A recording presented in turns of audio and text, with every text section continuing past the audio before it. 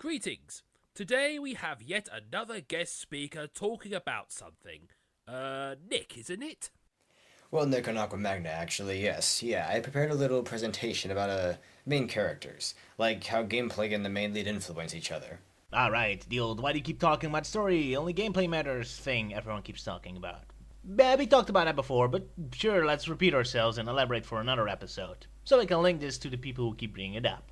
Uh, actually... Okay, so the Sonic fandom is hopelessly in war with several Sonic fan factions, and the whole It's Only a Gameplay can be considered as a weapon, a battle cry for the fans up in arms against the adventure era, implying story alone will poison and contaminate the entire experience. Yeah, and sure, it's optional and extra, like a Happy Meal with your fast food meal. Yeah, it's about the nutrition of your food, not the plastic toy. Although I'm not sure why you would be worried about nutrition while eating at McDonald's. Just like I'm not sure why you're worried about perfect gameplay in a series fueled by adrenaline and not perfection. But hey, whatever. Nevertheless, this is Sonic Dissected, a show mostly dedicated to exploring how amazing Happy Meal toys are, and this analogy is starting to get annoying. A reason why I feel justified talking about the stories in Sonic games? Well, repeating what I said before, a cutscene influences your emotions, making a victory or defeat more bitter or sweet. It energizes and gives us context to your tasks and makes the events even more spectacular. And again, spectacle is the point of Sonic. After all, speed is his main gimmick, and speed, as far as gameplay goes, is only used for adrenaline or physics. And as our friend Nick keeps telling us in his videos, physics are thrown out of the window in recent Sonic games by the eternal springs and automatic pinball elements that remove any initiative of working your way around the levels yourself. And even with colors bringing back to platform roots, those levels really aren't designed to use speed in its platform elements. And quite the opposite, Sonic Speed makes everything more awkward. Maybe Lost World will finally implant speed in a way that enhances the platforming, but so far in the series, speed is only for excitement purposes. And hey, a good story gives that excitement some extra punch to it. Dodging explosions and fighting robots is cool, but dodging lasers and fighting robots to stop a madman from blowing up the earth while he's yelling threats at you through the intercom? Epic. A good story pumps you up. A bad story makes you irritated, and in that state of mind, you'll be enjoying the actual gameplay much less as well. Not to mention making cutscenes cost money and time. Money and time they could have used for more levels or fine-tuned gameplay. So if potential bits of the game are sacrificed for story, it better be good. Yeah, sure, of course. Anyway... Also, to defend ourselves, I don't mind if there's no story, like a Sonic Advance or Sonic 4. A game doesn't have to have a story. But if it does, well, you get the idea. Besides that, this is a discussion show, not a review show. I like to discuss and explore how story works and influence us just for the sake of understanding how story works, where my opinion comes from. So no need to defend your game, we attack. A good game is a good game. I just like talking about story. Right, so... It's kind of arrogant and stupid anyway, dismissing the need to discuss something in a discussion show. Being offended we dissect Sonic's stories in this Sonic Dissecting show is like sending a letter complaining that your sports channel broadcasts sports events. It's, well, arrogant and stupid. And then there's the fact it's Sonic, a hero, an icon. He's more than just a placeholder. He's a main character, so... Yes, this is exactly what I wanted to talk about here. Ah! Oh, Joe. Who's this guy? You're kidding. We've been working on this collaboration for weeks. You've drawn me. Roger, this is the guest we invited over to talk. Oh, you're that chump who completely bastardized my name in that other video. Let's hear what Roger Van Wild has to say about it. Well, people have screwed up my name as well.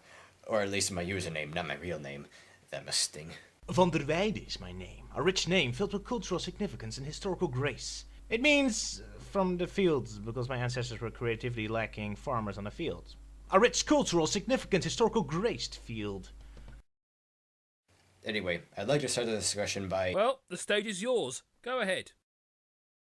Yes. Agency is what I want to talk about today. Sonic has agency. It's a word I'll be throwing around a lot because it's essentially how we measure the importance of the main protagonist of a story, and in this case, the importance of such a character in their own game. It's a little different in movies and books and other forms of media because, well... When we watch movies, we're stuck watching a boring hero talk and do dumb things and waste our time.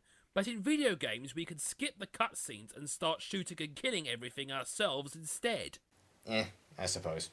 Passive storytelling or active storytelling. Here's the best way I can describe it. In a movie, just because someone is the main lead doesn't mean they have to be at the center of the plot or have the world revolve around them. All you need to do is make the character easy for the viewer to sympathize with. We see things from at their side, and that's the closest we get to ever interacting with the world we see on screen, their world. However, the importance of the main lead's role tends to vary in a video game. In the case of a film, the viewer is limited to being an observer of the events playing out. Try to imagine some strange, intangible, ethereal being from a plane beyond ours, comfortably watching everything you do from over your shoulder, but never really doing anything to directly affect what you do. God, more or less. That's the viewer's role when watching a movie. This is where your agency ends. But in the case of a game, this strange ethereal being can suddenly control your limbs and make you jump and force you to talk to people and do all sorts of things effortlessly. Or brainlessly mash buttons that appear on screen, which takes that power away. Stupid QuickTime events. But it also gives us a bigger influence. In some games, the player is still limited to watching a certain plotline unfold, but even then, they have the freedom to nudge the character along during the gameplay segments, while other games offer the player so much control that the player can wildly affect and change the ultimate outcome of things, or at least the course of events leading to that conclusion. It's what makes Mass Effect such a powerful, appealing game. You have so much influence on what's going on, characters who will survive and become allies, or die, who or what the main character Shepard is. It engulfs the player in the experience more than any movie ever could. That's what makes that game so interesting, such a piece of art in video game storytelling. And then there's Mass Effect 3, trolling you by taking all of your choices from the previous games away and forcing you into one ending out of your control. Well, more like 3 slight variations on the same ending, but tragically, yeah. All the agency you've been granted up until now gets stripped away at the last minute. It's the nuclear bomb of video game storytelling. But that's just one example. I really do get a little pissed when Hollywood bigwigs like Spielberg claim that it's impossible for a player to really care about the character in the game, that as soon as you touch the controller and push a button, any connection you could possibly have with the character ends. He's probably bitter because his own story-based video game, The Dig, was a big failure. The problem with his statement is, well, he's dead wrong. He has to be, because I have connected to characters I've played as, and so have many other gamers. A video game can literally do everything a movie can do, except more. He's probably thinking in arcade action terms, where you can go around shooting everything with no consequences. But give us the most bitter, the most tragic, the most emotionally draining Hollywood movie ever. And then make it interactive, give the gamer options and challenges in order to earn a happier ending. And you better believe we gamers start kicking ass to save the day. Heck, I chose the most boring ending in Saints Row 3 just to get the nice ending. A horrible sacrifice, I tell you. I could have had a nice epic airship battle climax, but, well, needless to say, there's countless examples of gamers caring for the fate of those involved in the game, and their emotions affecting their decisions. Errors in Final Fantasy VII, to give an obvious example. Many of us have cried, have laughed, have fought for our fictional digital friends. If anything, the fact we have or think we have an influence on our heroes' fates makes the experience more intense because there's always a risk that we may fail and let these characters down. It's not like watching a movie and knowing that no matter what you do, the characters will almost always certainly make it out alive without your help, and all you have to do is sit back and watch. If anything, I think video games have the potential to create an even stronger connection than movies because you aren't just a distant observer anymore. You yourself are pulled into the action. You become a part of that character's world. Anyone can just watch a compilation of cutscenes on YouTube, a theater mode, let's say, to make the experience more like watching a movie. Heck, this alludes to a very special game we'll be talking about later, eh? But anyway, does this make the game better, Spielberg? Is this more riveting than actually playing the game and having a say in what happens? I guess anyone who's ever had an honest, genuine emotional response of any kind when playing a game, whether they laughed, sighed of relief, or hell even cried, wasn't really feeling anything. Yeah, kids, it was all in your heads. That was just your poorly developed minds playing tricks on you, and you've duped yourself into thinking that you were somehow feeling something that you never really could. All because you pushed a button that wasn't just to change the volume. Why are we even discussing this? Shouldn't it be obvious to any gamer that old people like Spielberg and the late Ebert who haven't touched a video game since Pong are out of touch? That's the thing though. All of that said, I can see things from the other camp. On one hand, if you're truly controlling everything a character does, then presumably there isn't really anything they can do to surprise you. The character is robbed of the agency that they would have in a movie, and it is given to the undeserving player who, as an observer, has no business meddling in the protagonist's life. It's their world, their story, and they deserve to not have us, the observers, messing around with their story. That isn't our role. A character in a game, though, is completely at the mercy of an overpowered observer and has no say in their own story. Movies are meant to make such characters feel alive, a creature of their own, as something independent from the observer. But in video games, they tend to be more akin to a puppet tied to your controller by invisible strings for you to manipulate. I can kind of sort of see where people who have this mentality are coming from, even if I do still strongly disagree. It's inevitable that video game characters are at risk of having no personality, and being practically just an extension of the player's good graces. Heck, some video game characters are specifically designed with that in mindset, with that in mind. Especially Link. Heck, it's in his name, the link to the player. Yeah, that's why they invented this magical weird thing called cutscenes. Perhaps you heard of them? They take away our control over the action and turns the heroes to self-respecting movie characters. Problem solved. But now we get to the interesting part. How to handle cutscenes in video games. Can you get a nice mix between movie scenes and interactive action? I mean, the easiest route to go is to have the game be one continuous movie and replace the action scenes with playable levels, like Sonic Adventure 2, for example. The gameplay moves the story along, and rarely seems to hold it back, making it one of the strongest stories in any Sonic game, at least cinematically.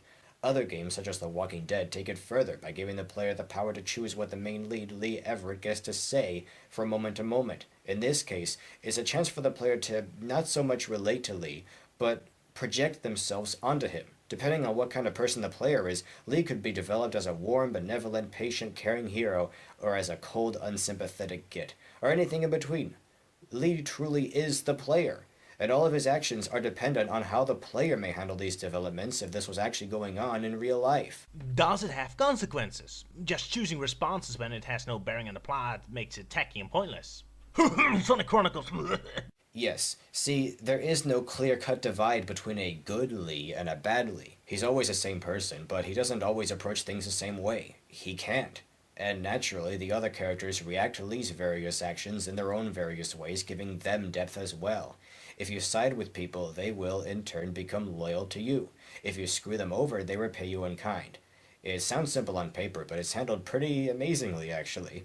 All that aside, in the case of this game, I can understand people making the claim that Lee himself isn't a character at all, that he isn't his own entity with his own agency, that he can't really have any character because he doesn't do anything without the player's constant say-so. However, I still don't see it this way because all this tells me is that Lee is a complicated individual with depth and layers and all that because, well, so is the player, the real human being playing the game. He isn't scripted to do or say things a certain right way. He's a complex human being, more complex than a linear movie protagonist could be. And I think this is what makes The Walking Dead fun. There's so much going on that it works around the problem of a character having no agency of their own and needing the player's permission to do anything. And they can still surprise the player if the player is compelled to get to know the character and perhaps themselves a little more and see another side to them. Besides that, apparently empty fill-in-the-details-yourself characters have been in stories since the dawn of time. Read the classic Moby Dick and tell me what kind of person the protagonist Ishmael is, what he thinks of certain situations, and how he could be present in every scene he's apparently in. I got nothing. Precisely. That guy is a complete blank slate. A ghost moving around in the story with no other purpose than to be a vehicle for the reader. Classic stories have done this from the beginning, so it's a practiced art and a genuine part of storytelling in general. Boom, discussion solved. And then there's Mega Man X. You have the arcadey action-packed Mega Man with the classics, and the full-on talkative RPG adventure Mega Man of Legends and Battle Network. Mega Man X's storytelling is an interesting variation right in the middle. It is no cinematic masterpiece given the hardware's limitations, but thematically, it succeeds. If anyone here has seen Eagle Raptor's Mega Man X sequelitis video, you'll know exactly what I'm getting at. There are no full-on cutscenes and enormous walls of dialogue, just a few beats that introduce us to the themes of the game and the characters acting it out. It's about being overwhelmed by forces stronger than yourself and finding the drive to become more powerful and grow to become a genuine hero who can finally surpass and outstrip evil. It's brilliant how easily the mindset the player needs to be in to play the game and the actual story of the game are so close to each other. It's what makes such incredibly simple themes resonate so strongly with us. X wants to find power-ups and defeat the enemies, and of course, so does the player. We're not gonna talk about X7, are we? Nope. Oh, thank God. We're skipping right to Mega Man X8, a very swell game if I do say so myself. However, I don't like the way the story was handled very much. It's an incredibly simple plot that's really easy to figure out, which is just fine. I mean, come on.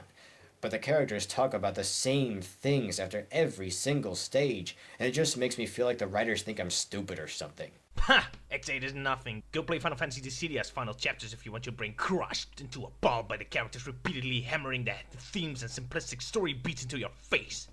Granted, I can just ignore the cutscenes and move on to the next stage if I want, so yeah, I won't deny that the story of a game does affect the gameplay, but I don't necessarily think it needs to or even should. Obviously, there's RPGs and Ace Attorney simulators, and there's mindless shooting and racing. That just shows the capacity games have to be pretty much anything. It's funny, but I tend to think that games that need story, like indeed RPGs, feel like work, a chore. You do mindless work to earn cutscenes. Mass Effect fans were disappointed because they did all that work, and for what? Games that are fun anyway, full of focused, straightforward challenges, shouldn't need stories, like Mega Man X. And Sonic, I see where you're going. I can still enjoy a game like X8 or Sonic Generations even if the story is silly because the gameplay is quick and fun and compelling. As long as I'm pressing buttons, it's just a fun game to me, and that's all I really need. I don't think a modern entry in the Mega Man X or Sonic series could sell as much without a story or some extra presentation elements added to it.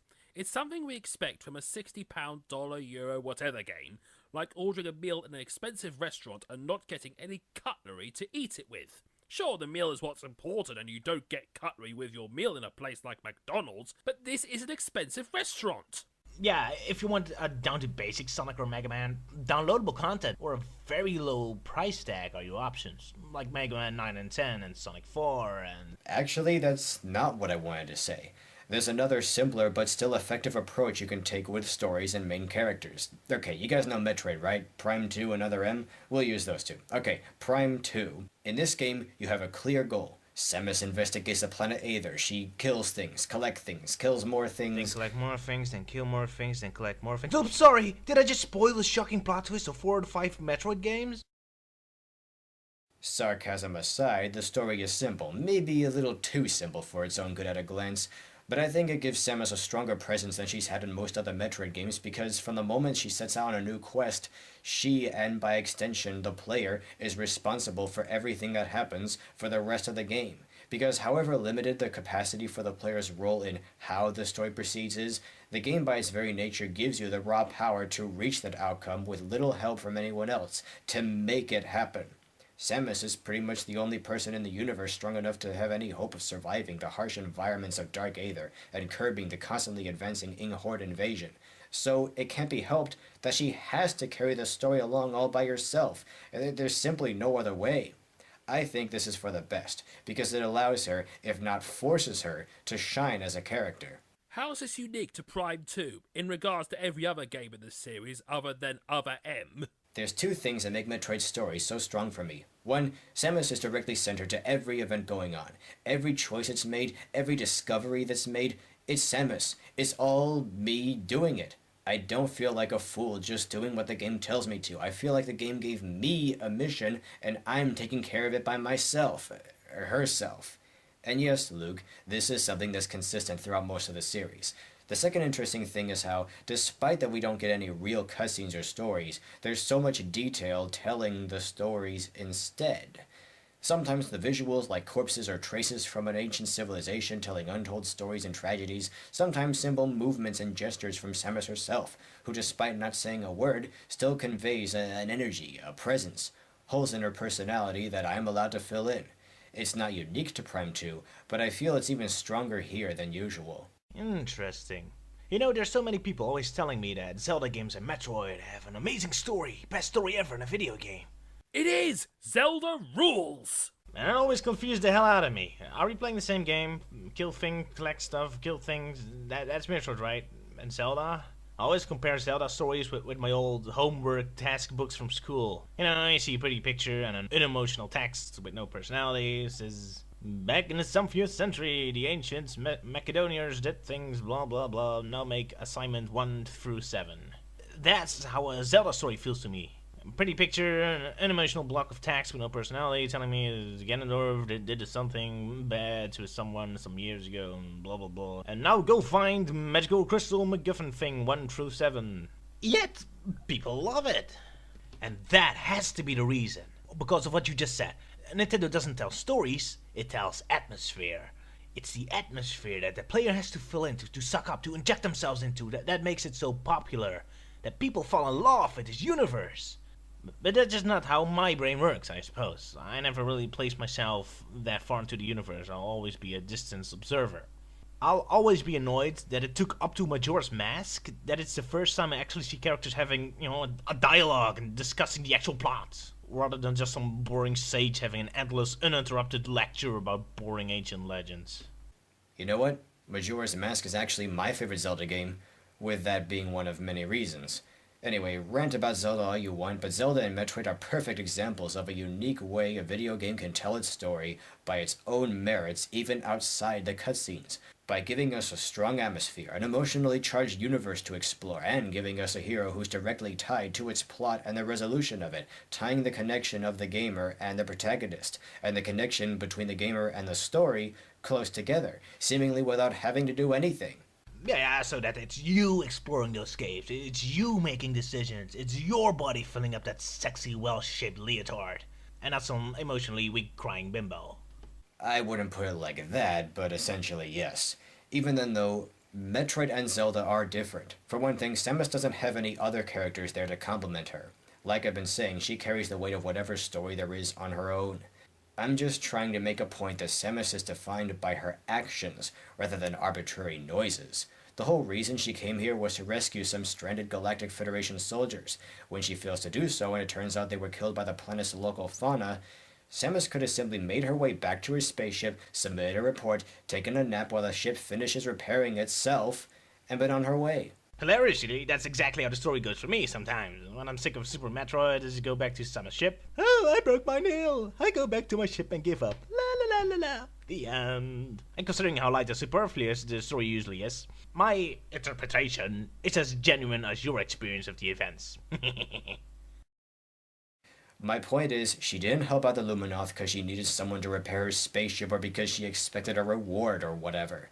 She basically saved the people of Aether to be nice, and it shows what a strong character she really is. To me, this is what she's all about.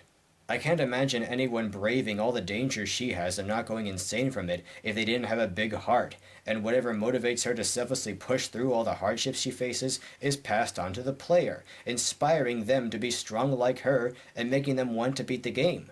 It's a lot like Mega Man X's theming, you know? Watch this scene to see what I'm getting at.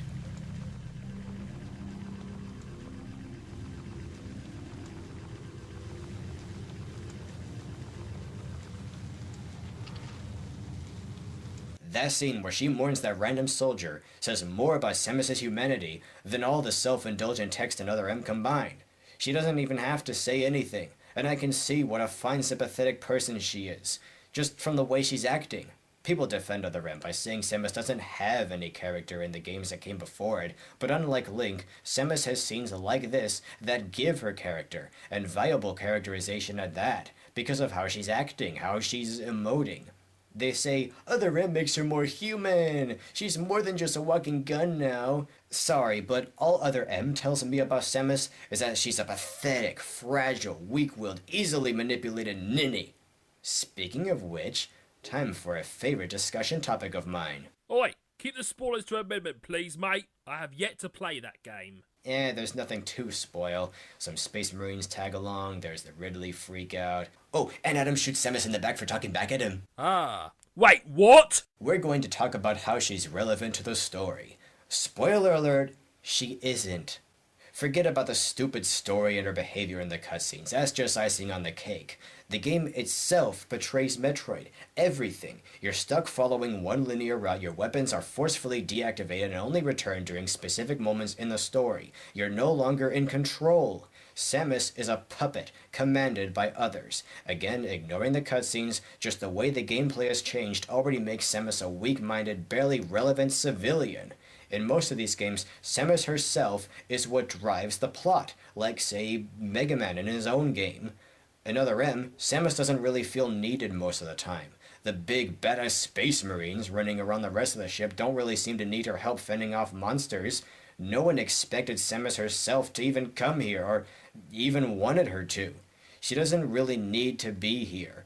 Given the way even the other characters, particularly Adam, treat her, Samus just doesn't feel very important at all, so how can she possibly carry the weight of the narrative? Because Samus feels so insignificant, so do I, the player, and that's not a feeling the player should ever have in this kind of game.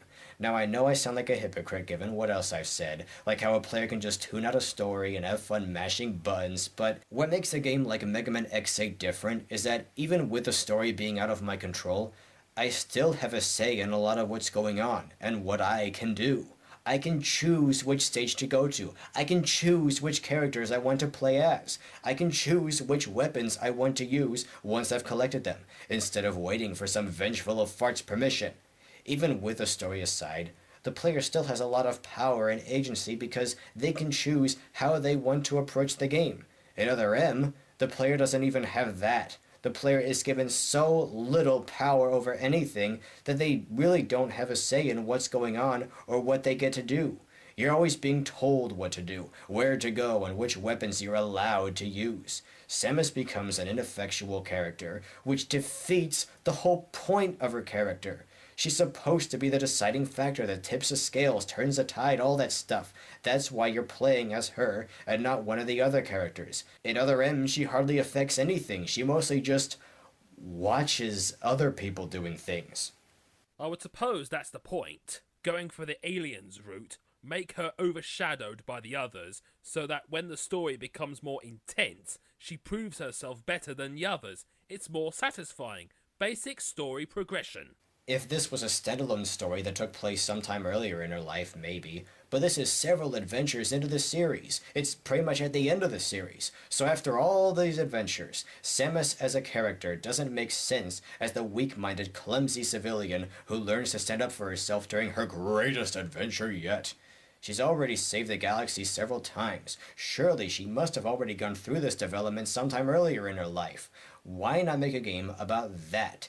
This is like if they make a new Duke Nukem game and make him the stupid rookie. It just goes against the entire philosophy of the series and the character. You're forgetting the fact that previous Metroid games didn't have an elaborate story like this, or give us much on Samus' personality. So far as we know, this is exactly who Samus was always like. No. Like I said earlier, even the simplest of gestures can show a little insight into what kind of person a character like her is. Even if there were hardly any cutscenes before, the way the games and Samus were handled before contradict Other M.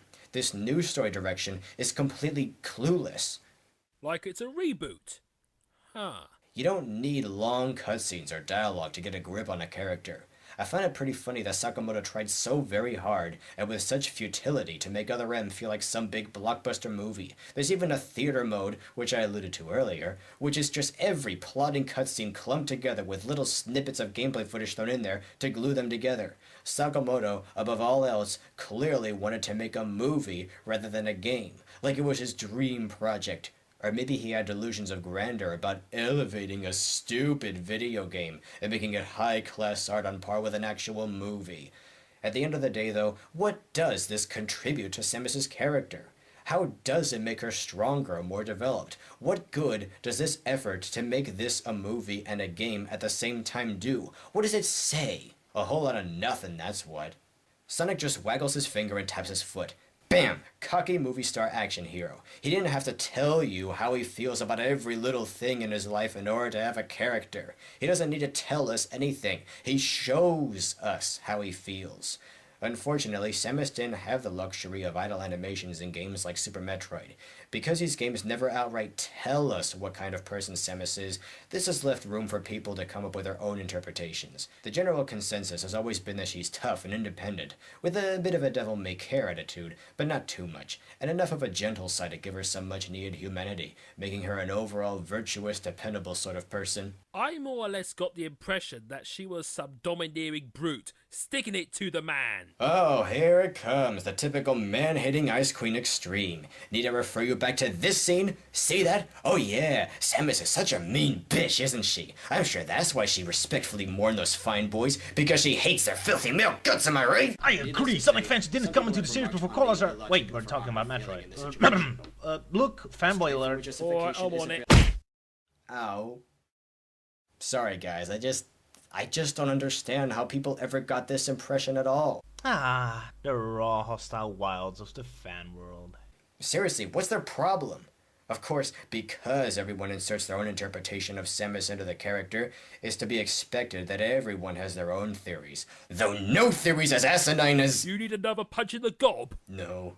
Hey, at least she was effectively characterized in Other M.